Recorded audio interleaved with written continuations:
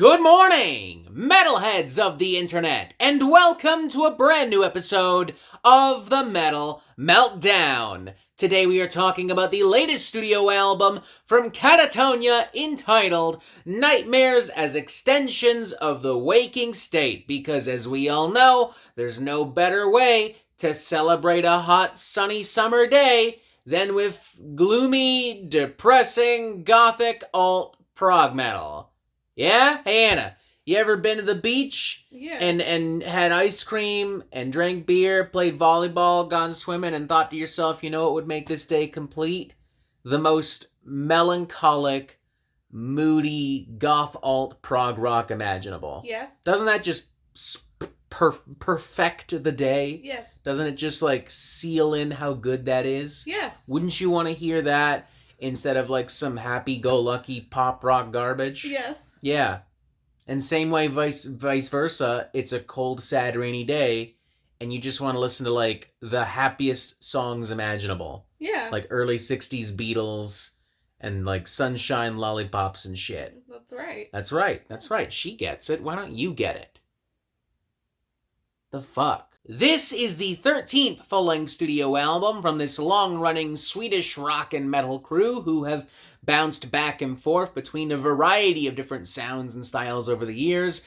Death doom, gothic metal, alternative rock, progressive metal. Nowadays I would describe them as kind of a mix of goth, alt, and prog rock kind of all together, with some metal riffs and tones still intact. It's certainly the sound I would use to describe their last couple of records, City Burial and Sky Void of Stars, both of which I did mostly enjoy. This album, however, I'm just not really feeling it. I don't think it's necessarily horrible or totally unlistenable.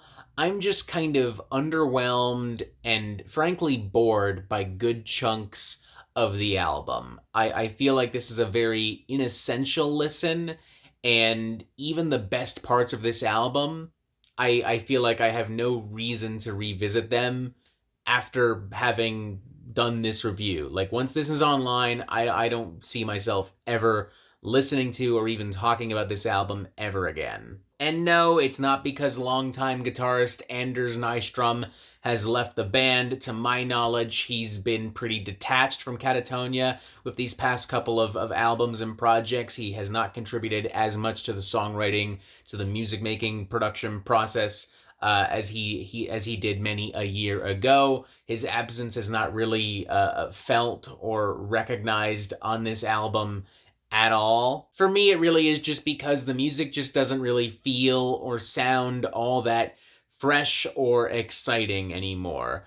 I wouldn't suggest that Katatonia are really phoning it in, but they definitely have gotten comfortable in making a very specific style of gloomy, moody, melancholic rock and metal, and they're running out of room within the confines of this sound to really shock and wow me and do cool new things. They're running out of ways to make this sound fresh and fun. At this point in their career, with album number 13, they've been kicking around for 35 years. They feel they don't have anything to prove and thus don't try to prove anything with this album. And it makes it feel pretty flat and formulaic on arrival. Now, that's not to say that there aren't some decent, genuine quality moments or aspects of or on this record. That's not the case. Even a bad Katatonia album is still going to be filled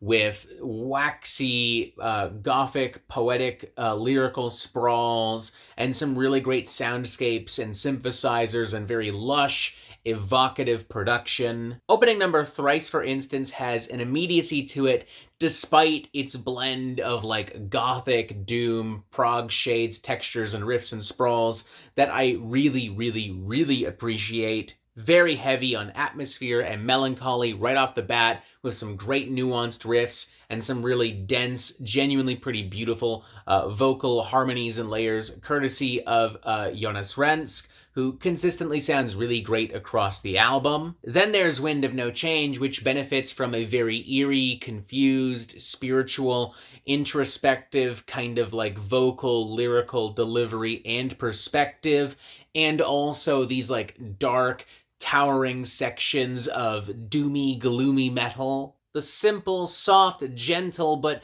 eerie and creepy and spooky delivery of Hail Satan as these large, towering walls of like gothic, gloomy textures and guitars kind of consume and fall over top of the song itself is extremely effective and probably one of my favorite moments on the entire album. And I would agree that In the Event Of makes for a pretty strong, albeit standard album closer, filled with lots of strong, emotive moments and cinematic highs, roaring guitars and atmospheric textures and, these important, heavenly sounding backing vocals. Unfortunately, though, this is where the good times stop a-rollin'. Cuts like Lilac, Departure Trails, and Warden are flat, one-dimensional, and kind of aimless. They just don't really go anywhere. I feel like we're constantly wandering and lingering around the concept of an idea for a song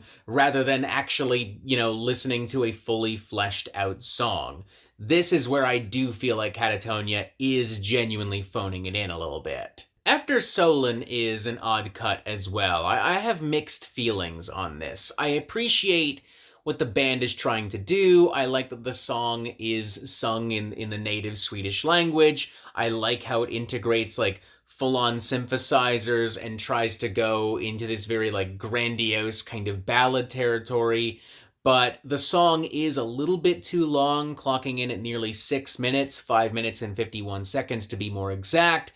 And it does maybe feel derivative of like something I would expect to hear for like Eurovision or something I would hear in like the background of Death Stranding. For me, this is a 2.5 out of 5, honestly. It's just okay.